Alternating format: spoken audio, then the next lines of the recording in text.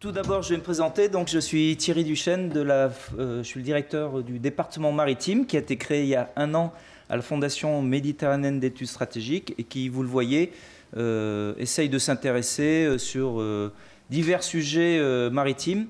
Et celui des sous-marins de plaisance nous paraissait tout particulièrement intéressant en termes de prospective, de problématiques, mais aussi bien adapté à notre positionnement en Méditerranée, qui a vu naître quand même beaucoup d'activités sous-marines. Rappelons-nous il y a 80 ans, quasiment en juin 1943, le commandant Cousteau se mettait à l'eau pour la première fois. Mais aujourd'hui, on va voir d'autres engins qui permettent effectivement de pénétrer en toute sécurité l'espace maritime, qui sont ces sous-marins de plaisance. Je voulais saluer aussi la présence des réservistes qui sont là et qui sont jeunes. C'est rare, ça fait très plaisir. Félicitations. Tous les étudiants qui sont là, cette journée elle est faite pour vous, donc on s'en réjouit. Et de toute l'assistance nombreuse qui est venue. Madame le maire, merci beaucoup de votre présence, elle nous honore beaucoup.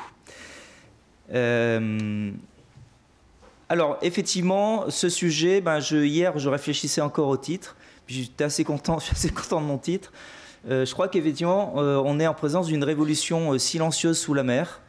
Certains savent qu'en fait, ça fait une quinzaine d'années que ces engins sont en train de se développer, mais on n'en a pas pris complètement conscience. Bon, on verrait que la France n'est pas si mal placée de ce point de vue-là, mais vous allez voir qu'il y a une approche du monde maritime qui est différente, parce que désormais, au-delà des militaires et des scientifiques, je dirais que beaucoup de gens qui n'ont pas forcément un lien professionnel avec la mer peuvent pénétrer la colonne d'eau sans avoir de bouteilles sur les épaules, même si effectivement je vois M. Eustache qui... Mais effectivement, il faut quand même un peu de qualification pour le faire, on est tout à fait d'accord. Donc ce qui explique cette évolution, cette révolution silencieuse, c'est tout d'abord effectivement l'arrivée de nouvelles technologies qui ne sont plus réservées aux militaires et aux scientifiques, qui effectivement arrivent, qui sont duales, qui arrivent dans le secteur privé. On a effectivement, on le verra, une baisse des coûts de ces engins. Alors bien évidemment, c'est pas achetable par tout le monde, mais pour les personnes, certains milliardaires ou propriétaires de grands yachts, ça le devient. Alors, dans la réglementation française, effectivement, on ne parle pas de sous-marins, on va parler d'engins submersibles en termes de réglementation. Donc ça va couvrir bien évidemment les sous-marins privés dont on va parler, mais n'oublions pas que dans cette évolution dans la colonne d'eau, quand Pauline nous en parlera sans doute, il y a aussi tout ce qui est drone. Donc dans les engins submersibles, on va trouver les robots sous-marins télécommandés, les ROV, les robots sous-marins autonomes, les AUV, les planeurs sous-marins, les gliders, qui effectivement évoluent. Alors, ce qu'il faut bien savoir effectivement, c'est qu'ici, vous avez une richesse assez unique au monde, on peut dire. Vous avez de très belles entreprises comme Alcimar, XL, vous avez l'Ifremer, le Cefismer, j'en oublie sans doute beaucoup, des sociétés de travaux sous-marins. On a véritablement une pépinière autour de Toulon qui est très intéressante et qui fait sans doute qu'on est particulièrement sensibilisé à ce sujet. Mais ce nouveau marché des sous-marins de plaisance est véritablement en train d'exploser avec ces sous-marins habités. Alors, quand est-ce qu'effectivement ce mouvement a commencé? C'est à la fin des années 90. Le début des années 2000, et donc à cette époque on a des précurseurs qui sont Simagin américain, U-Boat Wars dont on va beaucoup parler des Pays-Bas, et Triton Submarines américains aussi, qui ont commencé à développer une offre de sous-marins.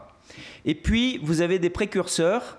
Et alors, vous en avez sans doute vu sur la toile avec Avatar 2, le fameux réalisateur James Cameron, qui vend très bien ses films, peut peut effectivement, si on revient une image en arrière à gauche, vous avez le fameux submersible de James Cameron qui va lui permettre de descendre dans la fosse des Mariannes à quasiment 11 000 mètres, ce que peu de pays avaient pu faire, mais lui a pu le faire avec ses propres moyens. Et ça fait un peu penser à l'aventure spatiale de Elon Musk. Donc on a une forme de privatisation de ces espaces.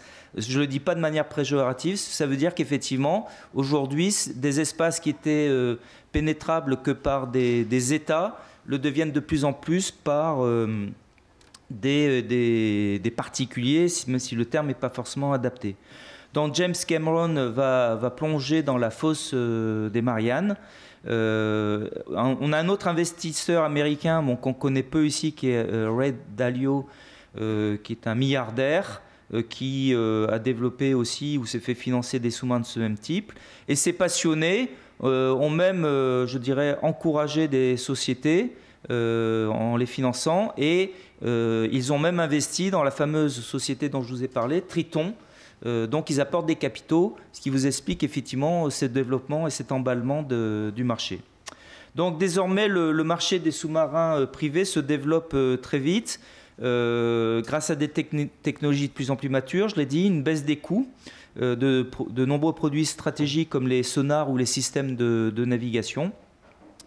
Et si l'achat d'un sous-marin reste malgré tout onéreux, la demande, quand vous êtes propriétaire d'un très grand yacht qui fait 150 millions d'euros, je dirais l'achat du sous-marin à 4-5, mais ça peut descendre jusqu'à 500 000 euros. Avec Jean-Michel Martinet, nous étions à l'Océan, au Monaco Yacht Show. On a pu voir la proposition de la société U-Boat Works. Vous avez des sous-marins qui descendent dans la gamme maintenant des 500 000, 600 000 euros. Donc ça se démocratise, même si je vous l'accorde, on ne pourra pas se l'acheter à notre niveau. Donc, comme le dit Ofer Keter, qui est le propriétaire de la société Submerge, il dit, vous avez, pour comprendre la psychologie, qui nous sera bien expliquée tout à l'heure par Nathalie Kever du Yacht Club, vous avez un méga yacht, un super yacht, le sous-marin est devenu la prochaine chose à avoir. Donc, c'est un peu cet esprit-là aujourd'hui. Donc, aujourd'hui, on n'est plus autant des prototypes incertains. Et on est face à une vitesse de développement assez impressionnante. Donc U-Boat Works américain, Pays-Bas dispose d'une gamme de sous-marins tout à fait étendue qui permet de plonger jusqu'à 3000 mètres. C'est le U-Boat Works Sea Researcher et qui peuvent emporter de 2 à 10 personnes. On verra tout ça, hein, le Yacht Club va nous en parler.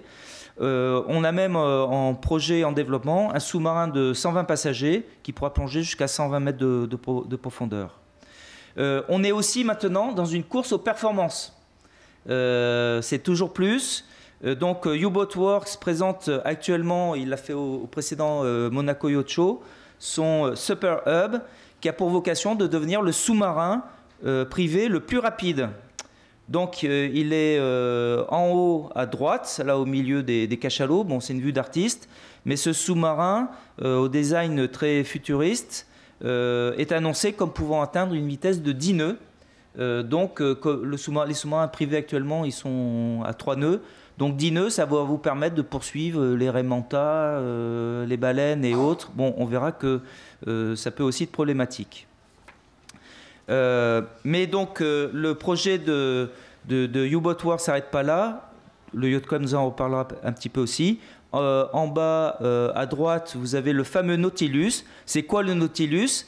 Ça y est, il est proposé à la vente. C'est un sous-marin, un yacht privé, mais qui peut plonger si l'état de la mer est mauvais ou si vous souhaitez faire une petite excursion sous-marine. Il est annoncé, donc il fait 37 mètres de long, ce Nautilus. C'est lui qui peut embarquer jusqu'à 120 personnes. Il peut descendre jusqu'à 150 mètres de profondeur et naviguer sur 3200 milles marins et rester immergé, annoncé jusqu'à 4 jours. Et son prix serait autour de 25 millions de dollars. Donc quand vous pouvez vous offrir un yacht à 150 ou 200 millions de dollars, c'est tentant. En tout cas, moi, ça ne me déplairait pas. Donc cette activité va forcément continuer à se développer fortement en réduction aussi de la réduction du prix des engins. Donc comme je l'ai dit, le U-Boat Works a lancé un sous-marin Nemo qui était 1 million d'euros en 2020 et qui aujourd'hui est proposé à environ 500 000 euros. Donc déjà, bon, il y a une petite discussion parce que le décompte n'est pas très précis. On aurait près de 200 sous-marins privés de plaisance en activité. On parle de 166, mais on a un peu l'ordre de grandeur. Mais d'ores et déjà, U-Boat Works annonce la vente de 1000 sous-marins de plaisance d'ici 2030. Donc comme il y a 7 à 8 sociétés, vous voyez que c'est un marché qui devient important. Alors si, avec Didier Léandri, on réfléchissait à un sujet dans le cadre des JNR, moi je lui ai dit, les sous-marins privés, ça m'intéresse un peu parce que j'ai une petite histoire avec les sous-marins privés, mais elle est plutôt dans le domaine réglementaire. Et effectivement, lorsque j'étais au secrétariat général de la mer en 2015, je savais que j'allais sans doute probablement descendre à Toulon comme adjoint du préfet maritime. Mais il y avait un dossier compliqué qui montait beaucoup à ce moment-là, c'était les sous-marins privés. Et à cette époque-là, il y avait une société qui s'appelle Silence Air, alors je ne sais pas si M. Stache a connu, avec Géry Tréhel, qui, je dirais, s'adressait très souvent vers la préfecture maritime, puis après a fait remonter des courriers vers le secrétaire général de la mer via des élus. Et qui disait je voudrais proposer des ordres de service de plongée touristique pour une clientèle. Sauf qu'effectivement, à ce moment-là, la préfecture maritime opposait le droit de la mer, la convention de Montego-Bay, qui dit interdiction pour les sous-marins de plonger dans la mer territoriale d'un État, à l'exception de ceux qui sont de l'État côtier. Donc en France, en 2015, aucun sous-marin ne peut plonger dans notre mer territoriale, sauf ceux qui relèvent de l'État français et qui sont dûment autorisés par le préfet maritime ou l'autorité militaire. Et donc, mais je commence à m'interroger sur ce sujet et je vois quand même que c'est quelque chose qui va quand même monter. Alors on a deux solutions, soit effectivement on reste complètement fermé et on dit ça ne bougera pas, mais le risque, c'est de se faire emporter par le vent. Soit on a été formé à la voile comme moi aussi, et donc on essaye d'utiliser le vent comme une force et de l'accompagner. Donc à ce moment-là, on fait des réunions interservices au niveau du SGMR et on réfléchit en interministériel en disant quelle position adopter. Et rapidement, effectivement, la position du gouvernement sera il vaut sans doute mieux accompagner le mouvement que s'y opposer. Et à ce moment-là, toujours au secrétaire général mer, par hasard, je travaillais sur un projet de loi relatif aux espaces maritimes. Et donc ça va être assez facile, je dirais, dans toutes les dispositions, de modifier le code des transports. Et donc ce sera une décision d'un comité interministériel de la mer. Et donc le code des transports, c'est l'article 5211-2, ça c'est pour les juristes dans la salle. Prévoyez donc que dans les eaux territoriales, les sous-marins et les autres engins submersibles sont tenus de naviguer en surface et d'arborer leur pavillon. Bien, mais on va ajouter une clause qui va être néanmoins, le représentant de l'État en mer peut toutefois, par dérogation aux dispositions du précédent alinéa, autoriser expressément la navigation en dessous de la surface des eaux de certains engins submersibles eu égard à l'usage normal de l'engin et après avoir apprécié les conditions de sécurité. Donc, ça veut dire quoi? Ça veut dire que le représentant de l'État, le préfet maritime dans l'Hexagone, le délégué du gouvernement pour l'action de l'État en mer, outre-mer, peut apprécier si un engin ou un sous-marin peut plonger dans la mer territoriale de l'État.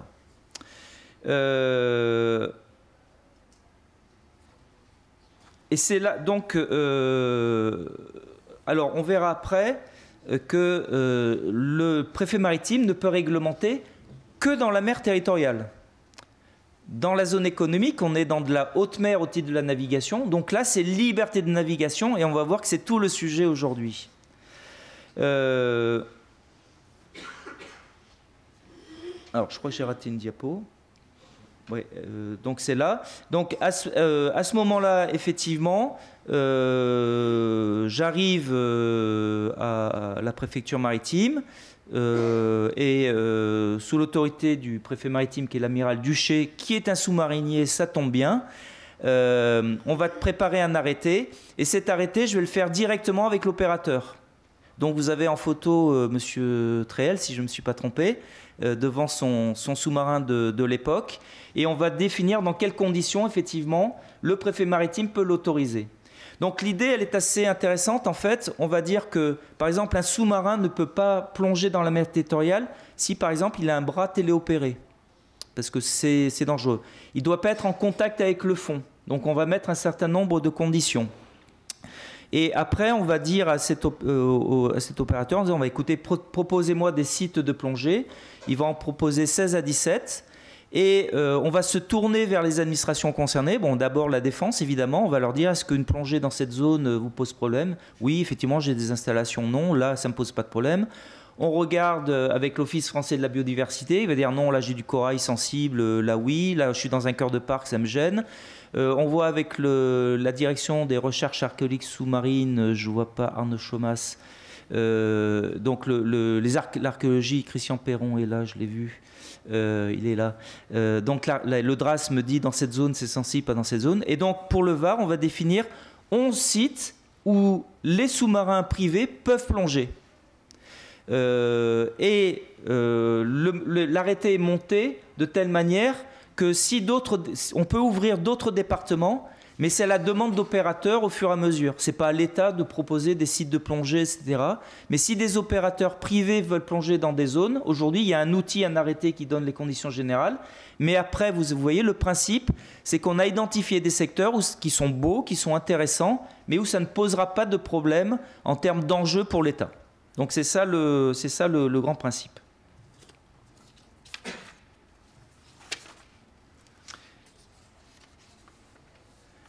Mais, vous l'avez compris, tout le sujet, c'est qu'un État peut réglementer ses eaux sous souveraineté, donc la mer, les eaux intérieures et la mer territoriale.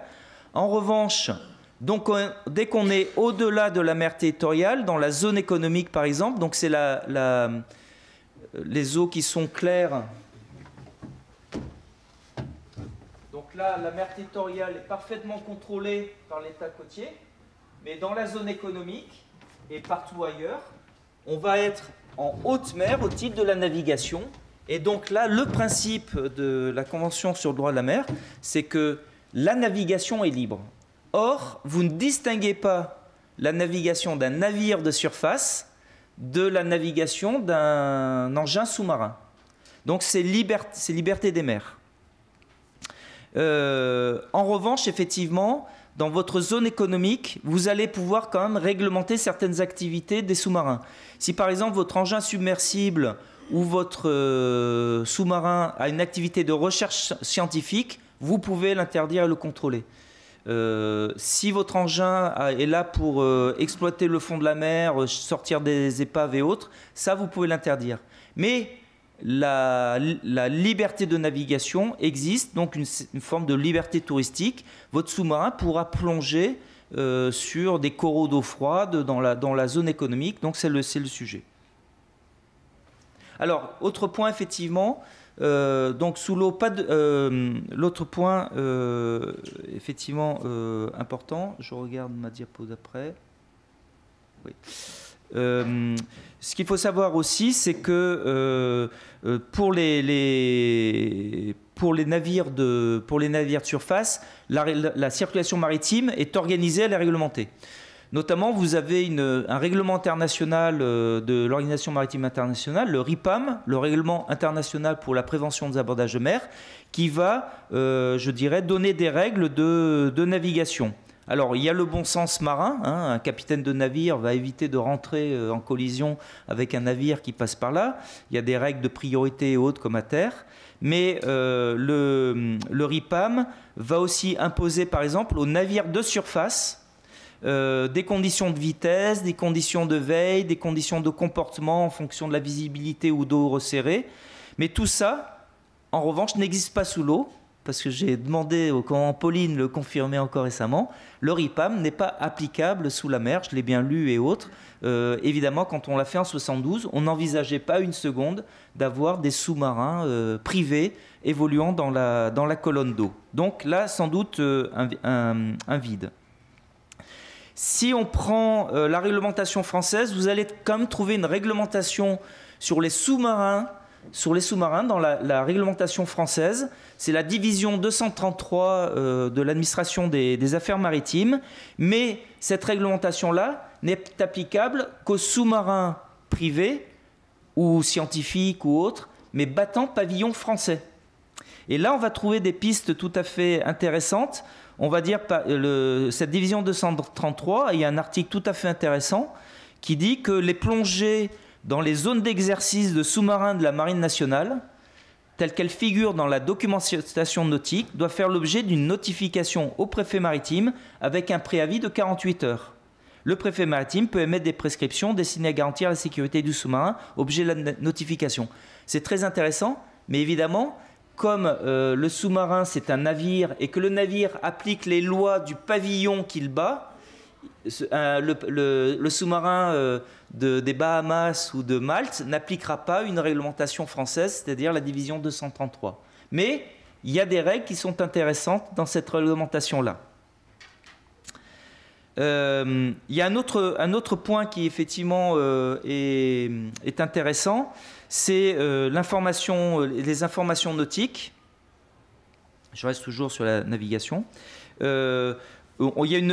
L'information nautique, c'est lorsque vous avez un accident en mer, une menace, un danger, au centre des opérations de la Méditerranée, le préfet maritime va faire éditer des avis aux navigateurs qui vont signaler le danger, que notamment les centres de coordination de surveillance sauvetage, les CROSS, les sémaphores vont répercuter et vont adresser ces informations à tous les navires.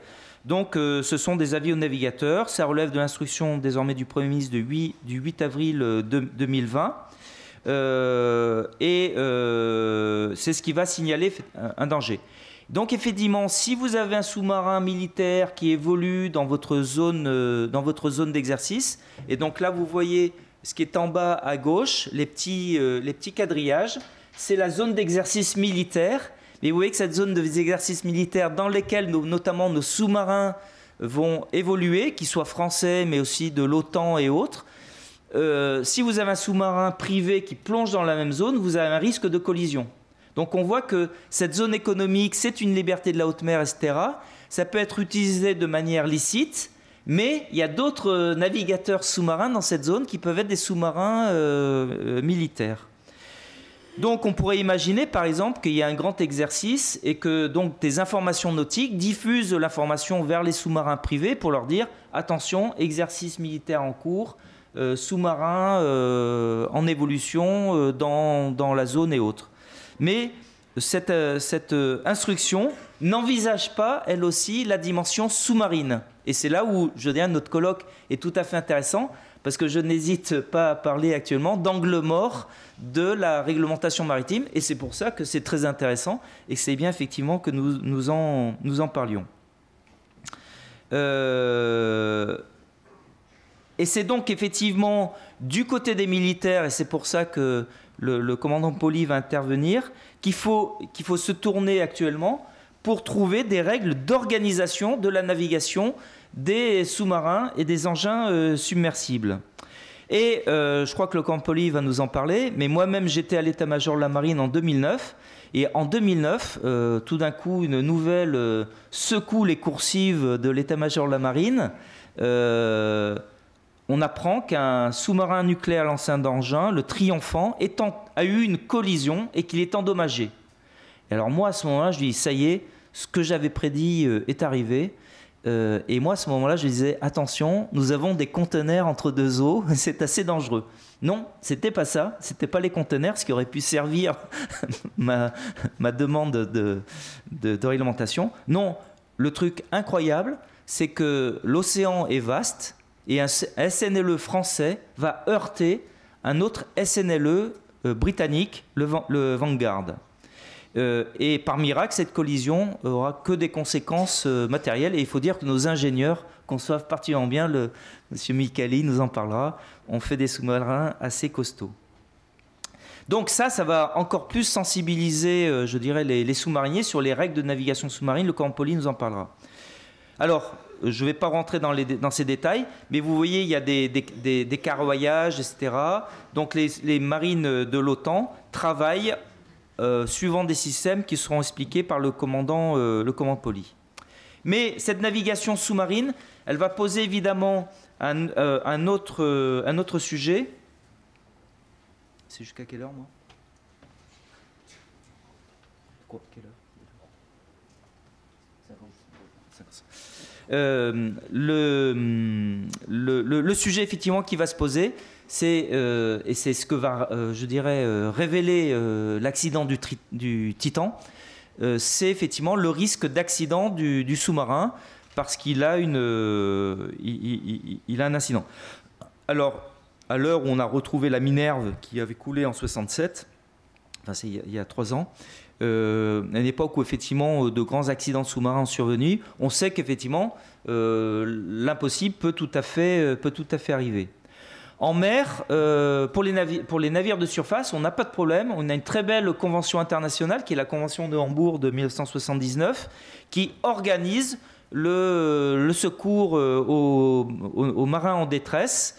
Et cette convention internationale, notamment, va confier des secteurs. Et donc, sur la carte de la Méditerranée, qui est un exemple, vous voyez que la France a tout un secteur de coordination des secours pour des navires en difficulté. Sauf que cette convention de Hambourg ne prévoit rien concernant le secours de sous-marins, alors militaires, c'était logique, mais aujourd'hui privés, comme vous le voyez.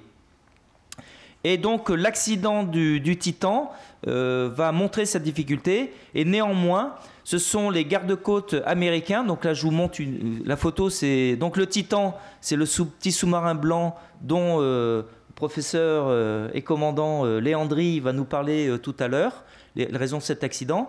Et qui va coordonner les secours? Eh bien, c'est l'US Coast Guard, parce que le Titan a coulé dans la zone de coordination des secours américaine. Sauf que ils n'avaient pas pensé un jour devoir porter secours à un sous-marin privé. Alors on l'a un peu tous en tête, sauf que la probabilité reste encore assez faible vu le nombre de sous-marins privés.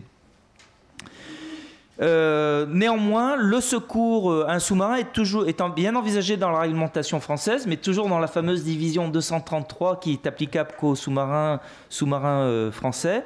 Donc il y a des règles, et ces règles ont été reprises dans l'arrêté du préfet maritime de la Méditerranée de 2017, dont je dois signaler qu'il était assez unique au monde. À ce moment-là, on a recherché s'il y avait d'autres réglementations de sous-marins privés dans le monde. Il n'y en avait pas. Peut-être que depuis, il y en a.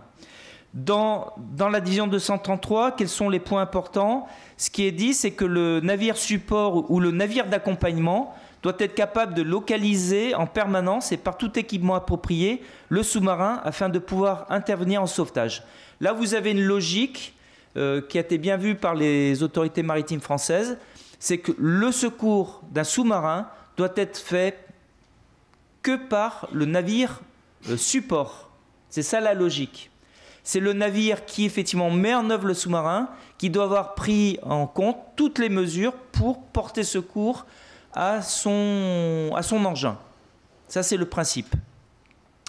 Le deuxième principe, c'est la communication permanente entre le sous-marin mis en œuvre par le bateau et le bateau lui-même, avec des vacations régulières, etc. Et enfin, point important, dans la division 233, qui est rappelé dans l'arrêté du préfet maritime, un sous-marin à passagers n'est pas autorisé à plonger dans des eaux d'une profondeur plus grande que sa profondeur maximale d'immersion. Donc là, vous avez des principes de bon sens et autres qui sont tout à fait intéressants. Et donc aussi un sous-marin privé, ces sous-marins ont l'obligation d'avoir un plan d'assistance et de sauvetage d'urgence. Et donc c'est bien l'exploitant qui a la responsabilité d'organiser la chaîne de responsabilité. Alors, j'ai oublié de vous le dire, effectivement, là je vous ai mis un yacht. Là, on est sur la théorie du navire gigogne. Quel est le droit mis en œuvre par le sous-marin qui est dans l'eau? Eh bien, en fait, c'est le droit du pavillon battu par le navire qu'il met à l'eau. Et les juristes de la mer connaissent bien cette théorie qu'on avait utilisée pour le Rainbow Warrior quand il avait essayé de perturber les essais à Mururoa.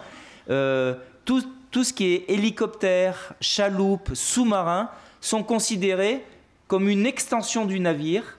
Et donc, on va toujours remonter au porteur.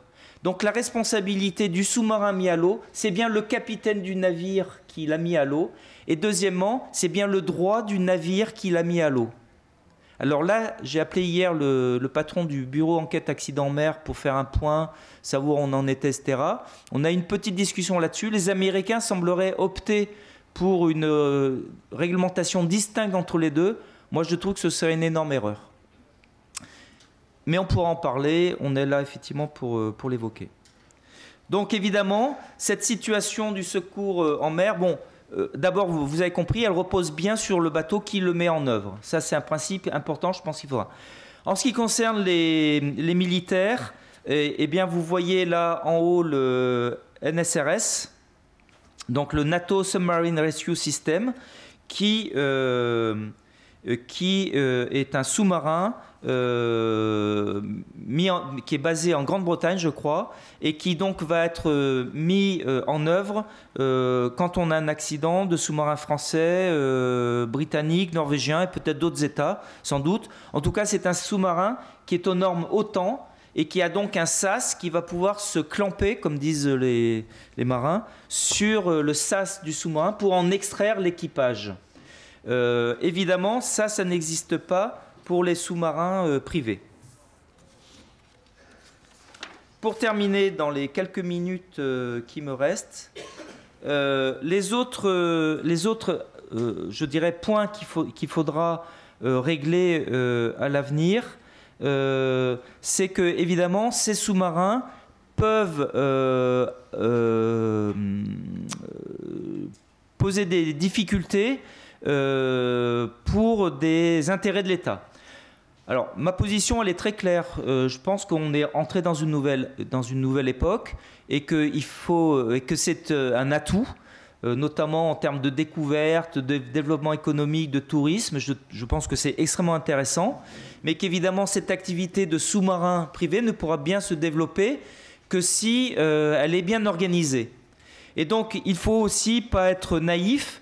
Il y a d'autres risques, et vous l'avez peut-être un peu vu sur la vidéo, on a essayé de vous mettre, avec Kimberley, on a essayé de vous mettre dans l'ambiance, vous immerger. Le bras articulé me pose problème, je dirais, en termes d'évolution, voilà. Parce que ça veut dire qu'il y a un contact avec le fond de la mer. Et sur ce fond de la mer, il y a des espèces protégées, des épaves archéologiques. Et là, c'est problématique. Donc, allez voir, regardez, tout à fait. Interférer avec le milieu environnement, là, c'est un sujet. Donc, je pense effectivement que... bon, j'en parle après. Donc, il faut être en mesure de protéger nos épaves archéologiques. Et n'oublions pas, notamment qu'en Méditerranée, l'UNESCO considère qu'il y a 3 millions d'épaves disséminées dans toutes les mers du globe. Tenez-vous bien, ce chiffre est UNESCO. Moi, je n'arrive pas à le croire. Mais l'UNESCO dit que 3/4 de ces 3 millions d'épaves sont en Méditerranée. Donc, il y a un potentiel énorme. Et actuellement, le DRASM suit de près un certain nombre d'épaves qui sont protégées par leur grande profondeur, à 1000 mètres, 1500 mètres et autres. Mais comme aujourd'hui, vous avez des sous-marins avec bras articulés qui potentiellement peuvent y aller, effectivement, ça pose question. Menace aussi éventuellement pour la biodiversité. Nous, on connaît tous ici nos coraux rouges, mais il y a des coraux encore plus intéressants qui sont des coraux d'eau froide. Et évidemment, ce serait dommage que ces coraux qui sont dans un état superbe en Méditerranée et autres soient, je dirais, ponctionnés par des sous-marins en activité. Et enfin, la présence de ces sous-marins pourrait faire aussi peser une menace sur la sécurité et les intérêts de défense de l'État. Donc il ne faut pas que sous couvert de drones et de sous-marins de plaisance, il y ait de réelles menaces pour des installations sensibles, des câbles sous-marins, mais aussi demain des câbles de raccordement de très gros champs éoliens avec le littoral. prochain colloque que nous ferons le 23 janvier à l'école militaire sur les parcs éoliens. Voilà. Donc, en conclusion, moi je voulais apporter ma pierre à la réflexion aujourd'hui. Mes conclusions, c'est on est sur une technologie très mature qui avance très vite, mais qui est dans un angle mort, parce que ce colloque, il n'a jamais été organisé. Donc vous êtes vraiment des pionniers de cette réflexion et je m'en réjouis. Mais les autorités sont peu sensibilisées à ce sujet. Elles ne l'ont pas réalisé. On était avec mes auditeurs, Christian Perron fait partie des auditeurs de la SMHEM. Nous étions à Paris avec les plus hautes autorités maritimes. Quand vous parlez de sous-marins de plaisance, ils vous regardent avec des grands yeux. Ils ne comprennent pas. C'est vraiment pas remonté à ce niveau-là. Deuxièmement, la France a su anticiper dans sa réglementation. Soyons fiers, actuellement, la France est la seule à autoriser la plongée de sous-marins privés dans sa mer territoriale, mais parce qu'elle a une très belle autorité qui est le préfet maritime, qui est bien secondé, qui est capable de bien accompagner cette réglementation. Donc on n'a pas peur de ces avancées-là. Troisième point, je pense qu'il y a un vrai besoin de rapprochement acteurs privés, acteurs publics. Nathalie Kever du Yacht Club va nous en parler. Elle est quand même surprise que tous ces constructeurs américains, hollandais, etc., connaissent très peu de la réglementation. Avec Jean-Michel Martinet, il est là, Jean-Michel? Je ne sais pas où il est, Jean-Michel. Il est là, Jean-Michel. Il m'en est témoin. Quand on parle à une société qui vend des sous-marins privés, là où nous on jouait au... Je sais pas s'ils nous croyaient beaucoup, je ne pense pas qu'ils nous prenaient pour des acheteurs potentiels. Mais on leur demandait, bon, qu'est-ce qu'on peut faire si on achète? Bon, il n'y a pas de problème, il y a une tolérance et autres, vous pouvez plonger où vous voulez. Bon, c'est ça le discours qui est tenu. Donc je pense qu'effectivement, il faut que la France parle avec les acteurs en disant, nous, ça ne nous pose pas de problème, mais à condition que ce soit dans telle et telle condition. Et en revanche, on est là pour vous appuyer. Pour moi, les mesures urgentes à prendre, il faut qu'il y ait des informations nautiques pour que ces sous-marins sachent qu'ils peuvent évoluer en toute sécurité ou non. Moi, je pense que c'est un débat. Il faudrait mettre des pingers sur ces sous-marins-là, c'est-à-dire qu'ils émettent un petit bruit pour que des sous-marins militaires, notamment, sachent qu'il y a quelqu'un dans la zone. Pour moi, s'il y a un bras articulé, même en vertu de la liberté de la navigation, pour moi, la mise en œuvre d'un sous-marin, même dans la zone économique, s'il y a bras articulé, ça veut dire qu'il va y avoir atteinte aux droits souverains de l'État. Liberté de la navigation, pas de problème, mais s'il y a bras articulé, c'est-à-dire contact avec le fond et donc la violation de notre réglementation. Il faut quand même que les autorités réfléchissent à des autorités de secours qui peuvent être éventuellement sous-traitées, sauf à inventer la SNSM des fonds sous-marins. Mais bon, ça va coûter très cher. Et puis, il faut qu'il y ait une veille active. Et donc, l'année dernière, la FMES, avec ses auditeurs, a produit une étude sur les fonds marins. Nous, ce qu'on dit, il faut vraiment qu'il y ait un suivi, une évolution. Donc, il faut que tous ceux qui vont, notamment au U-Boat, au salon de Stuttgart, et Nathalie Kever nous en parlera peut-être, fassent remonter les informations sur les technologies. Et enfin, la solution, vous l'avez compris, définitive, elle ne passera que par une réglementation de l'Organisation maritime internationale, parce que c'est eux qui peuvent réglementer la haute mer. Hier, j'ai rappelé le bureau enquête accident mer avec l'administrateur général Ruben de Servin. Il m'a dit, peut-être que les Américains demanderont une réglementation internationale après les conclusions de l'accident du Titan. Voilà. J'en ai terminé et je vous propose, s'il y a quelques questions, on peut y répondre. Sinon, on passe à l'intervention suivante.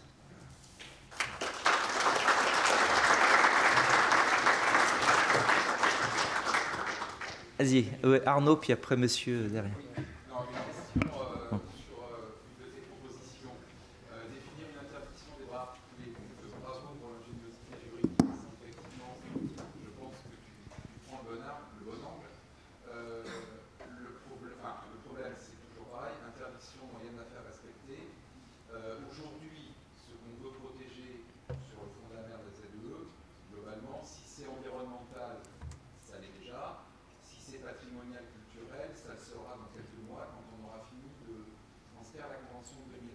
Ouais. De toute façon, d'ores et déjà aujourd'hui, un sous-marin bras articulé ne peut pas prélever Oui. Donc ajouter une interdiction plus explicite pour les propriétaires des yachts, pourquoi pas, mais toujours la question qui ira la faire respecter, comment ira maintenant la faire respecter, sauf à imaginer un douanier à bord de chaque bateau à l'harmoniser pour s'assurer qu'il n'y a pas de prélèvement. Alors, tout à fait raison. Bon, d'abord, on a des moyens, il y a des moyens en haute mer. Deuxièmement, on a une autre étude en cours cette année qui est consacrée à l'assurance maritime. On va avoir la société CLS qui va venir, qui va nous présenter un certain nombre de points. Et ce que nous avons vu avec le CNES récemment m'incite à dire qu'aujourd'hui, un bateau qui va rester en stationnaire, en zone économique, dans une zone, on a une alerte très rapidement. Et dans ce cas-là, moi, la proposition que je fais, c'est que, à ce titre-là, du coup, l'État est en mesure de contrôler le navire. Et si on voit qu'effectivement, il y a un bras articulé installé, et alors que le navire a mis à l'eau son sous-marin, il y a une présomption assez importante pour faire un contrôle et un déroutement. Je pense que par le biais du droit souverain, on peut le faire. Deuxièmement, par exemple, on peut très bien imaginer que ce soit plombé et autres, quand le navire rentre dans certaines zones, que ce soit déclaré. Alors, il faut d'abord mettre en avant le principe de liberté, qui est le principal, mais ces bras articulés, je pense qu'on a quand même des outils. Moi, je suis capable de faire des propositions pour en assurer un contrôle effectif. Un, c'est sans doute la surveillance par satellitaire et autres, ou aéromaritime, qui apportera des informations. Mais un bateau en stationnaire dans une zone... Alors, tu me diras que le bateau peut poser et dégager assez vite. Voilà. Mais en tout cas, le contrôle par l'État côtier est possible en zone économique sur la base d'une présomption de recherche sur le fond par un sous-marin privé, qui en plus aura un bras articulé. Alors, il y a plein de questions. Oui, Patrick. Moi, j'avais... Oui, allez-y. Ouais. Oui, Jean-Michel Lafitte, Naval Group. Oui. Il y a existé dans les années 90 en Martinique le Mobilis, oui, qui était un sous-marin capable de plonger à 150 mètres avec 50 passagers. Oui. Dans la réglementation, en tout cas française, tout ce qui est établissement au sein du public est une réglementation spéciale. Vous ne l'avez pas abordé. Je présume qu'il y aura certainement, s'il y a ce type de sous-marin demain, une réglementation adaptée à ce qui est exploitation avec du public. Oui, tout à fait. J'en ai parlé hier aussi, je l'ai appelé, il était à Abidjan à ce moment-là. C'est Jean-Louis Bissuel, qui était dans la commission d'habilitation et qui avait beaucoup travaillé sur ce sous-marin, qui n'a pas trop été utilisé après, me semble-t-il. 2 ans, d'accord. Ouais, ça. Donc effectivement, mais le bateau, ce sous-marin français avait été effectivement certifié, et c'est ce qui avait conduit à la création de la division 233 notamment, etc. Mais là, c'était pas très compliqué parce qu'il était français et il évoluait dans des eaux françaises. Donc là, on a tout le dispositif, c'est très bien. Le problème, c'est que tous ces sous-marins, généralement, sont de pavillons étrangers. Mais, très bonne remarque, c'est un des pionniers dans ce domaine. Oui, Patrick ?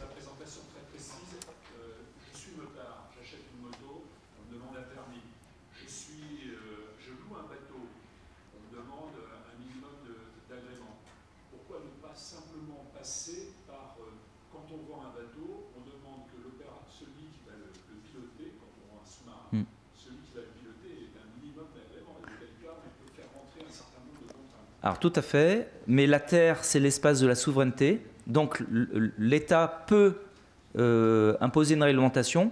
Quand on est en mer, c'est la réglementation du navire qui s'applique. C'est-à-dire que sur un bateau qui bat pavillon Malte, on va appliquer la réglementation, les qualifications exigées par l'État de Malte. Et le sous-marin qui sera à bord sera lié à la réglementation de l'État de Malte. Donc concernant les sous-marins, mais on va en parler après, je ne vais pas trop en parler. En fait, les fournisseurs de sous-marins font des formations pour leur matériel.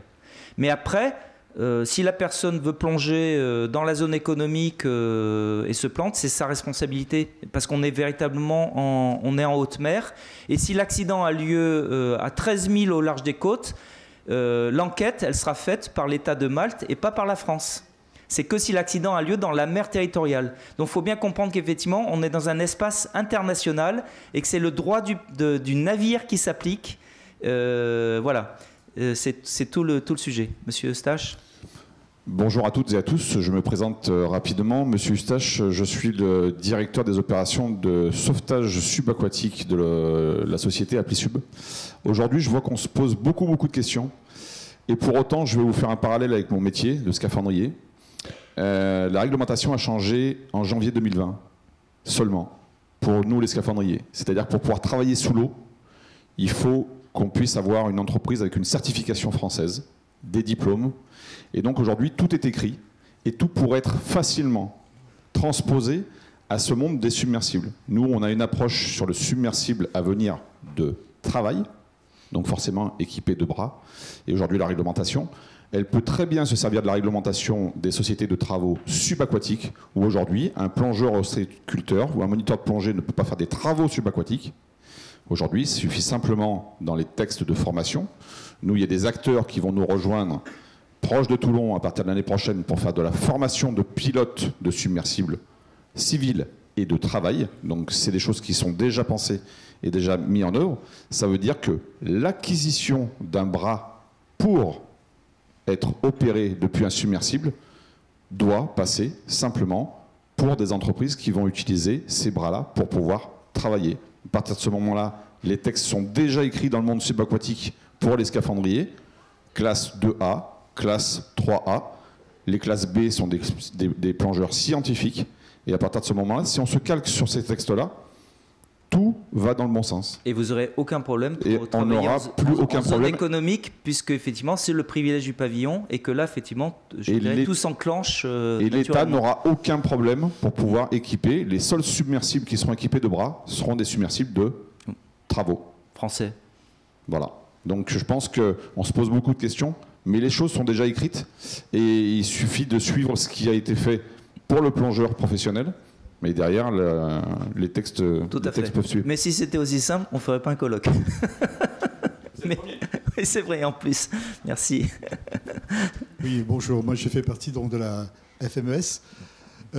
L'aviation doit beaucoup à la marine, hein, historiquement, ne serait-ce que les feux de navigation pour partir très loin. L'aviation, c'est aussi 3 dimensions, avec aussi des problèmes de visibilité, puisque bon, là, c'est la vitesse qui fait qu'on ne voit pas ce qui vous arrive sur le nez. C'est aussi dans l'endroit où il y a des zones nationales, c'est aussi un endroit où il y a du ciel ouvert. Il y a des outils d'information, et je pense que vous êtes en train de vous en inspirer, qui sont les NOTAM, ce qu'on appelle, et je pense qu'ils s'appliquent à tout le monde, le privé comme le public, le transport commercial, et qui sont à l'initiative des États avec des conventions internationales. Je pense que c'est la voie vers laquelle on va vous orienter. Merci pour cette piste. Bon, je vous propose maintenant de passer à l'intervention parce qu'on... Oui, dernière, je vous en prie. Bonjour. Est-ce que dans le cadre des secours dans le futur, il ne serait pas judicieux d'envisager une normalisation des sas de secours, sas de sous-marins? Oui, alors, Soli, vous avez vu la taille. Pour certains, vous allez envoyer le DAC, il va l'écraser. Non, mais ce ne serait pas nécessairement le DAC qui sauverait. Hein, non, mais votre remarque. Oui, vous avez 1000 fois raison. Pour les gros sous-marins de plaisance, ça vaudrait le coup, effectivement, d'avoir un SAS adapté. Je ne sais pas ce qu'en pense le commandant. Pour les autres, j'ai un peu réfléchi. Il me semble que la seule solution, ça va être le treuillage ou la remontée par ballon du dispositif. Monsieur Micali, qui est l'expert du sujet. Oui, juste pour compléter ce sujet, disons, il y a quelques années, je présidais le Submarine Escape and Rescue Working Group de l'OTAN et on s'était penché sur le sauvetage des sous-marins privés. Et à l'époque, le seul moyen raisonnable qu'on avait trouvé, c'était un anneau pour venir accrocher avec un ROV et ressortir le sous-marin de l'eau. Mais la question est très pertinente parce qu'on peut aussi prendre un temps d'avance. C'est qu'on va voir que ces sous-marins vont sans doute augmenter en taille. Et là, se dire, on le met sur la norme du SAS OTAN, oui, là, c'est tout à fait. Mais effectivement, on n'est pas encore une taille qui le permettrait. Donc actuellement, le treuil ou le ballon, c'est bien. Monsieur Eustache, qui est celui qui remonte tout du fond. Alors aujourd'hui, il faut savoir que les techniques évoluent. Nous, aujourd'hui, on a développé des tout petits outils de 18 kg qui sont capables d'aller chercher des épaves au fond de l'eau et de les remonter sans plongeur. On a fait une première cet été, où on a remonté 2 épaves civiles pour minimiser les coûts et les impacts sur l'environnement. Et ça a été des réussites. Aujourd'hui, ces submersibles-là, on parle de SAS, ce sont des submersibles essentiellement à ouverture en dessous. Donc, ce qui permet d'avoir une cloche d'air au-dessus. Et donc, le sauvetage n'est plus du tout le même que sur les submersibles. Alors, je n'ai pas dit que c'était tous. Quand vous avez des submersibles avec 25 personnes à bord, ce n'est pas du tout le même système. Là, quand on voit des submersibles comme ceux-ci, mono ou biplace, on n'est plus du tout sur les mêmes logiques. Encore une fois, il faut adapter les systèmes de secours, les systèmes économiques et les systèmes de vie. La première chose, c'est rendre obligatoire, par contre, l'ajout d'admission d'air depuis l'extérieur, le temps de faire les secours. Mais ça doit être réfléchi pour le salvage à venir. Oui. Et il y a déjà une réflexion sur des submersibles de salvage pour pouvoir opérer rapidement, parce qu'aujourd'hui, on a des bateaux pour aller secourir les personnes sur l'eau. Il faut mettre des moyens. Et en plus, tout État, pas que la France, tout État a une obligation de moyens dès quelque chose est réalisé. Mais aujourd'hui, on est plutôt dépassé. Merci, très bien. Bon, écoutez, je vois que c'est des questions tout à fait pertinentes, intéressantes, donc mille merci.